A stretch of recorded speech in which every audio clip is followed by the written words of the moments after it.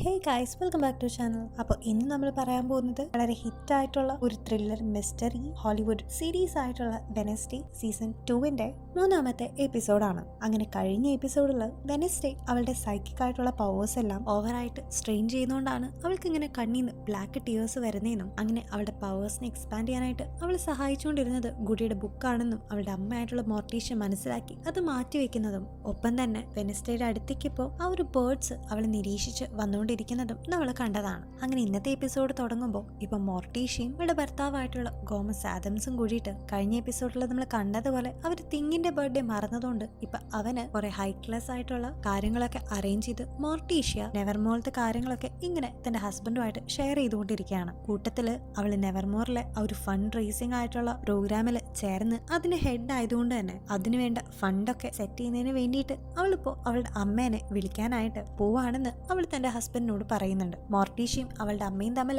അത്ര നല്ല ചേർച്ചയിലൊന്നും അല്ലെങ്കിലും ഈ മോർട്ടീഷ്യയുടെ അമ്മ, അതായത് നമ്മുടെ വെനസ്ഡേയുടെ ഗ്രാൻഡ്മ, വളരെ റിച്ച് ആയതുകൊണ്ടും അവളും ഈ പറഞ്ഞതുപോലെ തന്നെ സൈക്കിക് ആയിട്ടുള്ള ഒരുപാട് എബിലിറ്റീസ് ഒക്കെ ഉള്ള ഒരാളായതുകൊണ്ട് അവളുടെ ഹെൽപ്പ് വെച്ചിട്ട് ഈ ഒരു ഫണ്ട് റേസിംഗ് ഒക്കെ നടത്തി എങ്ങനെയെങ്കിലും നെവർമോറിനെ ഹെൽപ്പ് ചെയ്യണം എന്നാണ് മോർട്ടീഷ്യയുടെ ആഗ്രഹം. അങ്ങനെ അതൊക്കെ പറഞ്ഞ് അവരിപ്പോ രണ്ടുപേരും കൂടി റൊമാൻറ്റിക് ആയിട്ട് ഡാൻസ് കളിച്ചുകൊണ്ടിരിക്കെ തന്നെ അവരുടെ വീട്ടിലേക്ക് ഇപ്പൊ ഏതോ ഒരു ബ്ലാക്ക് കളർ ഡ്രസ് ചെയ്തിട്ടുള്ള ഒരാള് കടന്നു വരുന്നത് നമ്മളെ കാണിക്കുന്നുണ്ട്. അത് വേറെ ആരുമല്ല, തന്റെ കയ്യിൽ നിന്ന് അമ്മ എടുത്തുകൊണ്ട് പോയിട്ടുണ്ടായിരുന്ന ഗുഡിയുടെ ആ ഒരു ബുക്ക് തിരികെ എടുത്തുകൊണ്ട് പോകാനായിട്ട് വെനസ്ഡേ തന്നെയാണ് ഇപ്പൊ അവിടെ എത്തിയിരിക്കുന്നത്. പക്ഷെ മോർട്ടീഷ്യക്കാകട്ടെ ഈ ഒരു കാര്യം നേരത്തെ തന്നെ ഊഹിക്കാൻ സാധിച്ചതുകൊണ്ട് അവളിപ്പോ നേരെ ആ ഒരു റൂമിലേക്ക് കടന്നു വരുമ്പോ തന്റെ അമ്മ ഇത് നേരത്തെ ഊഹിച്ചിരുന്നു, അതുകൊണ്ട് തന്നെ അവൾ എപ്പോഴും വെക്കുന്ന ആ ഒരു ലോക്കറിൽ ഗുഡിയുടെ ബുക്ക് വെക്കാത്തതും വെനസ്ഡേക്ക് ഇപ്പൊ മനസ്സിലാകുന്നുണ്ട്. അങ്ങനെ അമ്മ തന്നെ കൈയോടെ പിടിച്ചൊന്ന് മനസ്സിലാവുമ്പോ താൻ കാരണം എന്നിട്ട് മരിക്കുന്ന ഒരു സ്വപ്നം വെനസ്ഡേ കണ്ടിരുന്നു, അതുകൊണ്ട് എങ്ങനെയെങ്കിലും തന്റെ സൈക്കിക് ആയിട്ടുള്ള എബിലിറ്റീസ് ഒക്കെ വീണ്ടെടുത്തിട്ട് അത് വെച്ച് എനിഡിനെ എങ്ങനെയെങ്കിലും രക്ഷിക്കാനായിട്ടാണ് താൻ ശ്രമിച്ചുകൊണ്ടിരിക്കുന്നതെന്ന് വെനസ്ഡേ ഇപ്പോൾ അവളുടെ അമ്മയുടെ അടുത്ത് പറയുന്നുണ്ടെങ്കിലും ആ ഒരു ബുക്ക് നിന്റെ കയ്യിൽ കിട്ടിക്കഴിഞ്ഞാൽ നീ വീണ്ടും അത് വെച്ച്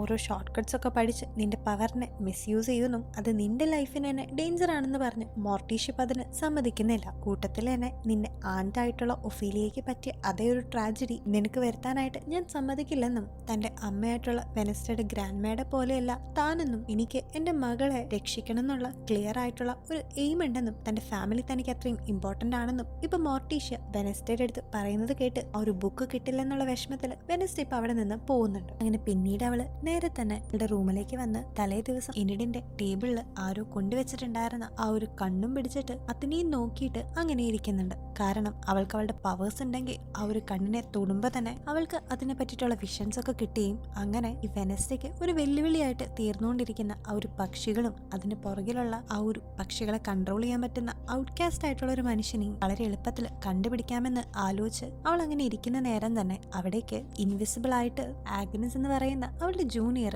വരുന്നുണ്ട്. ആഗ്നസ് നമ്മുടെ വെനസ്ഡേയുടെ വലിയൊരു ഫാൻ ഗേൾ ആയതുകൊണ്ട് തന്നെ ഈ ഒരു കേസിൽ എന്ത് വിധേനയും വെനസ്ഡേ എങ്ങനെ വേണമെങ്കിലും ഹെൽപ്പ് ചെയ്യാമെന്ന് പറഞ്ഞിട്ടാണ് ആഗ്നസ് ഇപ്പൊ അവിടെ നിൽക്കുന്നത്. ഇതേ നേരം തന്നെ മറ്റൊരിടത്ത് ഇപ്പൊ പക്സ്ലിയും യൂജീനും കൂടി ഓടിപ്പോയിട്ടുണ്ടായിരുന്ന ആ ഒരു സോംബിനെ കണ്ടുപിടിച്ച് എങ്ങനെയൊക്കെ വീണ്ടും അവനെ തിരിച്ച് ഒരു ഷെഡിലേക്ക് കൊണ്ടുവന്നിട്ട് ഇപ്പോ ആ ഒരു സോംബിക്ക് വേണ്ട ഫുഡൊക്കെ അവന് കൊടുക്കുന്നുണ്ട്. കാരണം പക്സ്ലി ഇപ്പോഴും അതിനൊരു പെറ്റായിട്ട് കാണുന്നതുകൊണ്ട് ഒരു പട്ടിക്കുഞ്ഞിനെ നമ്മൾ ഫീഡ് ചെയ്ത് കൊടുക്കുന്ന പോലെയാണ് അവൻ ഓരോ സാധനങ്ങൾ ആ ഒരു സോംബിയെ ഫീഡ് ചെയ്യുന്നെങ്കിലും അത് കഴിക്കുന്ന ഫുഡിനനുസരിച്ച് ആ ഒരു സോംബിയിൽ ഒരുപാട് മാറ്റങ്ങൾ വരുന്നതും അത് എനർജറ്റിക് ആവുന്നതും ശ്രദ്ധിക്കുന്ന യൂജീനിന് ഇതൊക്കെ കാണുമ്പോൾ പേടിയാവുന്നുണ്ടെന്ന് മാത്രമല്ല ഇത് വേറെ ആരെങ്കിലും നമുക്ക് അറിയിച്ചാലോ എന്ന് അവൻ ചോദിക്കുമ്പോൾ പക്സ്ലി അതിനെതിരെ നിൽക്കുന്നുണ്ട്. അങ്ങനെ പിറ്റേ ദിവസം ഇപ്പൊ വെനസ്ഡേ ആ ഒരു പക്ഷികൾ കാരണം മരണപ്പെട്ടു പോയിട്ടുണ്ടായിരുന്ന ടൈലറിന്റെ അച്ഛനായിട്ടുള്ള ആ ഒരു ഗാൽപിൻ എന്ന ഷെറിഫിന്റെ ഫ്യൂണറലിന് പോയിട്ട് അവിടെ വെച്ച് ഇപ്പൊ ടൈലറിനെ ചികിത്സിച്ചുകൊണ്ടിരുന്ന ആ ഒരു ഡോക്ടറെ കാണുമ്പോൾ പുള്ളിക്കാരിയുടെ അടുത്ത് ഇതിനു മുമ്പ് എപ്പോഴെങ്കിലും ഗാൽപിൻ തന്റെ മകനായിട്ടുള്ള ടൈലറിനെ വിസിറ്റ് ചെയ്തിട്ടുണ്ടായിരുന്നു എന്ന് ചോദിക്കുമ്പോൾ ഒരു പ്രാവശ്യം അവര് പരസ്പരം കണ്ടിരുന്നു. ആൻഡ് അന്ന് തന്നെയാണ് ഇതുവരെ ഉള്ളതിൽ വെച്ചിട്ട് ടൈലറിന്റെ ആ ഒരു സ്വഭാവം കംപ്ലീറ്റ് ആയിട്ട് മാറുകയും അവൻ കംപ്ലീറ്റ് ആയിട്ടുള്ള ഒരു ഹൈഡായിട്ട് ട്രാൻസ്ഫോം ചെയ്ത് പോയതെന്നും ഒരു ഡോക്ടർ ഇപ്പൊ വെനസ്ഡേയുടെ അടുത്ത് പറയുന്നുണ്ട്. ഇത് കേൾക്കുന്ന വെനസ്ഡേ അവരുടെ ഹോസ്പിറ്റലിൽ ആരെങ്കിലും ഇതുപോലെ പക്ഷികളെയൊക്കെ കൺട്രോൾ ചെയ്യാൻ പറ്റുന്ന രീതിയിൽ ഒരു ഔട്ട്കാസ്റ്റ് ഉണ്ടോ എന്ന് ചോദിക്കുമ്പോൾ അവിടുത്തെ ഡോക്ടർ അങ്ങനെയുള്ള ഒരു ഔട്ട്കാസ്റ്റ് ഒന്നും അവരുടെ ഒപ്പം ഇല്ലാന്ന് പറയുമ്പോൾ ബോത്ത് സ്കൂളിലായാലും ഹോസ്പിറ്റലായാലും ഇതുപോലെയുള്ള പക്ഷികളെ കൺട്രോൾ ചെയ്യാൻ പറ്റുന്ന ഔട്ട്കാസ്റ്റ് ഇല്ലെന്ന് മനസ്സിലാക്കുമ്പോൾ ആകെ കൺഫ്യൂസ്ഡ് ആയി പോകുന്നുണ്ട് വെനസ്ഡേ. ഇതേ നേരത്ത് അവരീ കണ്ട് സംസാരിക്കുന്നതൊക്കെ ദൂരെ നിന്ന് ഒരു പക്ഷി നോക്കി നിൽക്കുന്നതും നമ്മളെ കാണിക്കുന്നുണ്ട്. അങ്ങനെ ഇപ്പോൾ വേറെ ഓപ്ഷൻസ് ഒന്നും ഇല്ലാണ്ട് വെനസ്ഡേ നേരെ അവളുടെ ഫാൻ ഗേൾ ആയിട്ടുള്ള ആഗ്നസ് എന്ന് പറഞ്ഞ ഒരു കുട്ടിയെ കാണാൻ ചെന്നിട്ട് അന്ന് നീ എനിക്കും എനിഡിനും രണ്ടിനുമെതിരെ ഒരു പ്രാങ്ക് ചെയ്ത സമയത്ത് ഗാൽപ്പിന്റെ ഫോണിൽ നിന്നാലോ നീ ഏനിഡന് മെസ്സേജ് അയച്ചിട്ടുണ്ടായിരുന്നത്. സോ ഇങ്ങനെയാണ് നീ അവന്റെ ഫോൺ അൺലോക്ക് ചെയ്തെന്ന് ചോദിക്കുമ്പോൾ ആഗ്നസ് ഇപ്പൊ നേരെ വെനസ്ഡേനെ വേറൊരു കുട്ടിയുടെ അടുത്തേക്ക് കൂട്ടിക്കൊണ്ട് പോകുന്നുണ്ട്.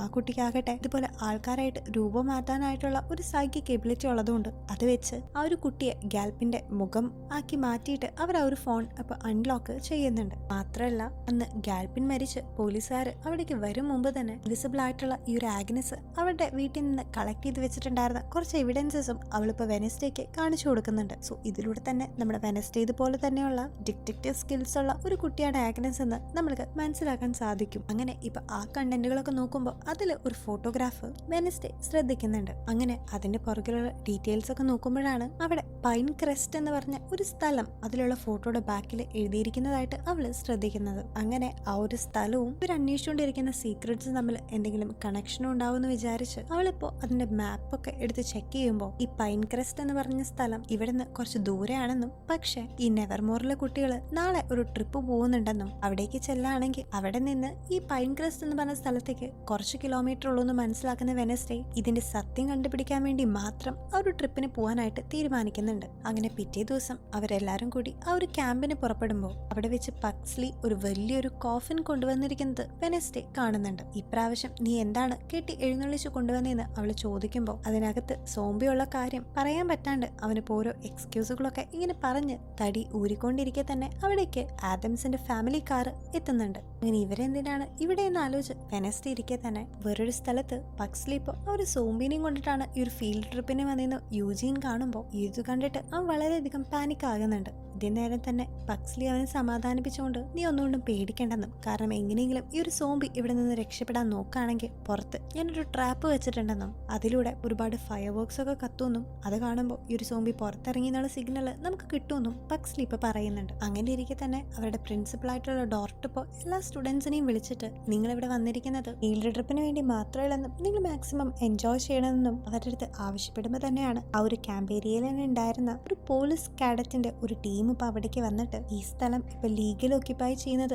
ഞങ്ങളാണെന്നും അതിന്റെ കോൺട്രാക്ട് ഞങ്ങളുടെ ഉണ്ടെന്നും അതുകൊണ്ട് അവരുടെ ടീമിന് ഡിസ്റ്റർബൻസ് ഉണ്ടാക്കാതെ നിങ്ങൾ എത്രയും വേഗം ഇവിടെ നിന്ന് ഇറങ്ങി പോകണമെന്നും ആ ഒരു പോലീസ് കാഡറ്റിന്റെ ടീമുകൾ ഇപ്പോ നെവർമോറിന്റെ ആൾക്കാരോട് ആവശ്യപ്പെടുമ്പോൾ തങ്ങളുടെ കയ്യിലും ഒരു കോൺട്രാക്ട് ഉണ്ടെന്നും ഞങ്ങളും ലീഗലിയുള്ള പെർമിഷൻ ചോദിച്ചിട്ടാണ് ഇവിടേക്ക് എത്തിയിരിക്കുന്നതെന്നും പറഞ്ഞ് അവർ രണ്ടുപേരും കൂടി ഇപ്പൊ വാക്കുതർക്കത്തിലാവുമ്പോൾ വെനസ്ഡേ ഇപ്പൊ മുമ്പോട്ട് വന്നിട്ട് നമുക്ക് രണ്ടു കൂട്ടർക്കും കൂടി ഒരു ഗെയിം കളിക്കാമെന്നും അതിൽ ജയിക്കുന്നവര് ഇവിടെ തന്നെ കണ്ടിന്യൂ ചെയ്യുന്നു തോക്കുന്നവര് ഈ ഒരു സ്ഥലം വിട്ട് പോകണമെന്നും അവൾ കണ്ടീഷൻ വെക്കുന്നുണ്ട്. അങ്ങനെ ഇപ്പോൾ നമ്മുടെ നെവർമോറിന്റെ ഒരു ടീമും പോലീസുകാരുടെ വേറൊരു ടീമും കൂടിയിട്ട് ഗെയിം കളിക്കാനായിട്ട് റെഡി ആകുന്നുണ്ട്. അങ്ങനെ ഈ ഒരു ഗെയിം എക്സ്പ്ലെയിൻ ചെയ്യുന്ന സമയത്ത് ഗെയിം എങ്ങനെയാണെന്ന് വെച്ചാൽ ഇവിടെ ഓരോ ടീമിനെയും റെപ്രസെന്റ് ചെയ്യുന്ന 2 ക്രിസ്റ്റൽസ് കാർഡിന് നടുവിൽ കൊണ്ട് വെച്ചിട്ടുണ്ടായിരിക്കുന്നു. സോ ഈ 10 മെമ്പേഴ്സ് അടങ്ങുന്ന ഓരോ ടീമിലത്തെ ആൾക്കാരും വന്നിട്ട് ആ ഒരു ക്രിസ്റ്റൽ കണ്ടുപിടിച്ചിട്ട് നേരെ ഈ ഒരു ടവറിന് മുകളിൽ കൊണ്ട് വെക്കണം എന്നതാണ് ഗെയിം എന്നും അവരിപ്പോ പറയുന്നുണ്ട്. പക്ഷെ ഇതിലുള്ളൊരു റൂൾ എന്താണെന്ന് വെച്ചാൽ ഈ ഒരു ടീമിലുള്ള 10 പേരിൽ 5 പേര് വേണം ആ ഒരു ക്രിസ്റ്റൽ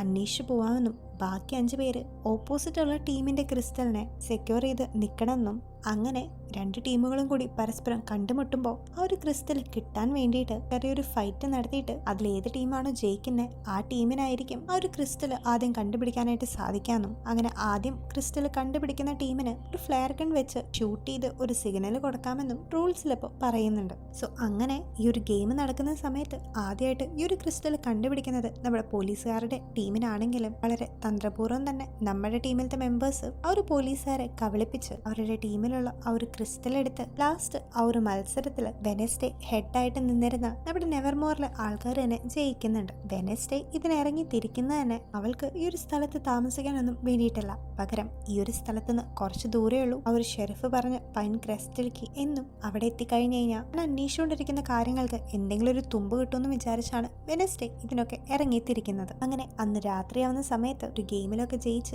എല്ലാരും കൂടി ഇപ്പൊ ക്യാമ്പ് ഫയറിൽ പാട്ട് പാടി വളരെ സന്തോഷിച്ചിരിക്കുന്ന സമയത്ത് വെനസ്ഡേ മാത്രം അവളുടെ എയിം പോലെ തന്നെ രാത്രി തന്നെ ആ ഒരു പൈൻ ക്രെസ്റ്റിലേക്ക് ഒറ്റയ്ക്ക് ചെല്ലുന്നുണ്ട്.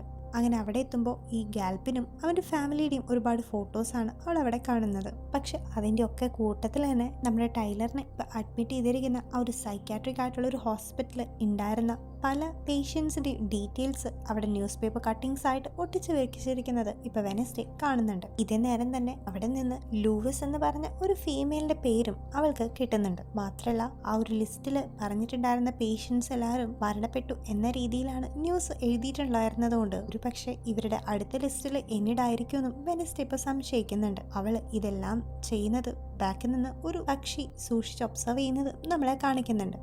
അങ്ങനെ പിന്നീട് വെനസ്ഡേ ഇപ്പോൾ അവളുടെ അമ്മയായിട്ടുള്ള മോർട്ടീഷ്യനെ പോയിട്ട് കണ്ടിട്ട് തനിക്ക് എന്ത് വിധേനയും ഗുഡിയുടെ ആ ഒരു ബുക്ക് എടുത്ത് തരണമെന്നും അതിൽ നോക്കി തൻ്റെ പവേഴ്സ് എങ്ങനെയെങ്കിലും തിരികെ കിട്ടാനായിട്ടുള്ള ഒരു വഴി നോക്കിയിട്ട് വേണം അവൾക്ക് എങ്ങനെയെങ്കിലും എന്നിടിനെ രക്ഷിക്കാനെന്ന് അവൾ പറയുമ്പോൾ അവളുടെ അമ്മ അതിന് സമ്മതിക്കാത്ത കാരണം കൊണ്ട് ഇപ്പോൾ വെനസ്ഡേ ഒരു കണ്ടീഷൻ പറയുന്നുണ്ട്. അവളും അവളുടെ അമ്മയും കൂടിയിട്ട് ബ്ലൈൻഡ് ഫോൾഡഡ് ആയിട്ട് ഒരു സ്വേർഡ് ഫൈറ്റ് നടത്താമെന്നും ആ ഒരു ഫൈറ്റിൽ ആരാണോ ജയിക്കുന്നതെങ്കിൽ അവർ പറയുന്ന കാര്യം ഓപ്പോസിറ്റുള്ള ആൾ കേൾക്കണമെന്നും അവളിപ്പോൾ പറയുന്നുണ്ട്. അതായത് ആ ഒരു അമ്മയും മകളുമായിട്ടുള്ള ഫൈറ്റിൽ വെനസ്ഡേ ആണ് ജയിക്കുന്നെങ്കിൽ അവൾക്ക് ഗുഡിയുടെ ബുക്ക് തിരികെ കൊടുക്കണമെന്നും പകരം മോർട്ടീഷ്യയാണ് ജയിക്കുന്നെങ്കിൽ ആ ഒരു ബുക്ക് മോർട്ടീഷ്യ കത്തിച്ചു കളയുമെന്നും അവരങ്ങനെ ഒരു കണ്ടീഷൻ വെക്കുന്നുണ്ട്. ഇതേ നേരം തന്നെ ആ ഒരു സോംബി ആകട്ടെ അവനെ അടച്ചു വെച്ചിട്ടുണ്ടായിരുന്ന ആ ഒരു ക്യാമ്പിൽ നിന്ന് ആ ഒരു പോലീസുകാരിൽ ഒരാളെ കൊന്നിട്ട് പുറത്തേക്ക് ഇറങ്ങുകയാണ്. സോ അങ്ങനെ ആ ഒരു സോംബി ഇറങ്ങുമ്പോൾ തന്നെ അവിടെ ഉണ്ടായിരുന്ന ഒരു ട്രാപ്പിൽ വിട്ട് ഫയർ വർക്ക്സ് ഒക്കെ കത്തുമ്പോൾ ആ സോംബി പുറത്തേക്ക് ഇറങ്ങി എന്നുള്ളൊരു കാര്യം മനസ്സിലാക്കി യൂജീനും പക്സ്ലിയും അങ്ങോട്ടേക്ക് ഓടി എത്തുന്നുണ്ട്. പക്ഷെ അപ്പോഴേക്കും ഇപ്പൊ ആ ഒരു സോംബി പുറത്തേക്ക് വന്നതും ഒരാളെ കൊന്നതും അവിടെയുള്ള എല്ലാവരും അറിഞ്ഞ് എല്ലാവരും ആകെ പാനിക്കായിട്ട് ഇപ്പൊ അങ്ങോട്ടും ഇങ്ങോട്ടൊക്കെ ഓടിക്കൊണ്ട് നടക്കുന്നുണ്ട്. ഇതേ നേരം മോർട്ടീഷ്യയും വെനസ്ഡേയും തമ്മിലുള്ള ഒരു ഫൈറ്റിന്റെ ഇടയിൽ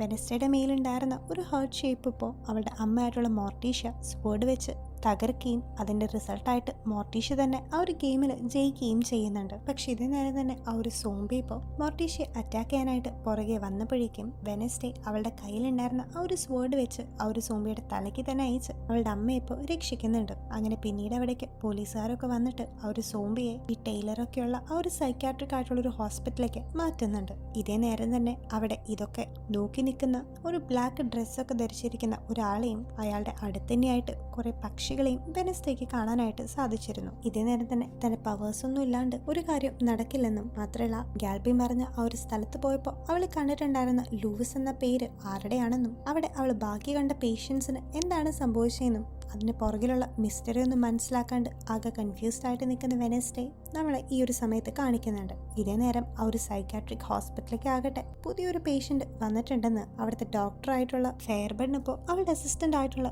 ജൂഡി എന്ന് പറയുന്ന അവിടുത്തെ കാര്യങ്ങളൊക്കെ നോക്കുന്ന ഒരു സ്റ്റാഫിന്റെ അടുത്ത് പറയുകയും അങ്ങനെ ഇപ്പൊ പുതിയതായിട്ട് വന്നിരിക്കുന്ന ആ ഒരു പ്രിസണറെ കാണാനായിട്ട് ഇവർ പോകുന്ന സമയത്ത് അപ്പോഴാണ് അവിടെ ഹാൻഡ് കഫ് ചെയ്ത നിലയിൽ എത്തിയിരിക്കുന്ന പുതിയ പേഷ്യന്റ് മറ്റാരും അല്ലെന്നും നമ്മുടെ കഴിഞ്ഞ സീസൺ 1 നമ്മുടെ വില്ലത്തിയായിട്ടുണ്ടായിരുന്ന ഈ ഔട്ട്കാസ്റ്റ് ആയിട്ടുള്ള സ്റ്റുഡൻസിനെ എല്ലാവരെയും കൊല്ലാനായിട്ട് ട്രൈ ചെയ്തുകൊണ്ടിരുന്നവരുടെ ആൻസസ്ട്രിയിൽ ഉണ്ടായിരുന്ന ലോറൽ ഗേറ്റ് എന്ന് പറഞ്ഞ ക്യാരക്ടറാണ് അവിടെ ഇരിക്കുന്നതെന്നും നമ്മളെ കാണിക്കുന്നത്. അങ്ങനെ ഈ ഒരു സീനോട് കൂടിയിട്ട് ഇന്നത്തെ എപ്പിസോഡ് ഇവിടെ എൻഡ് ചെയ്യാണ്.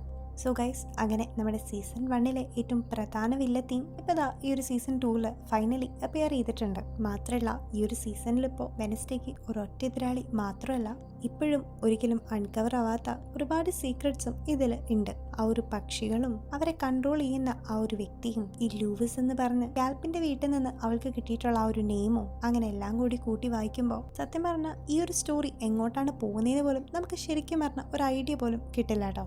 എനിവേ ഇന്നത്തെ എപ്പിസോഡ് നിങ്ങൾക്ക് എല്ലാവർക്കും ഇഷ്ടമായെന്നാണ് ഞാൻ വിചാരിക്കുന്നത്. സോ ഇഷ്ടപ്പെട്ടവരെല്ലാം ഞങ്ങളുടെ വീഡിയോ ലൈക്ക് ചെയ്യാനും ചാനൽ സബ്സ്ക്രൈബ് ചെയ്യാനും മറക്കരുത്. സോ ഇതിൻ്റെ അടുത്ത എപ്പിസോഡായിട്ട് വേഗം കാണാം. Till then take care and by.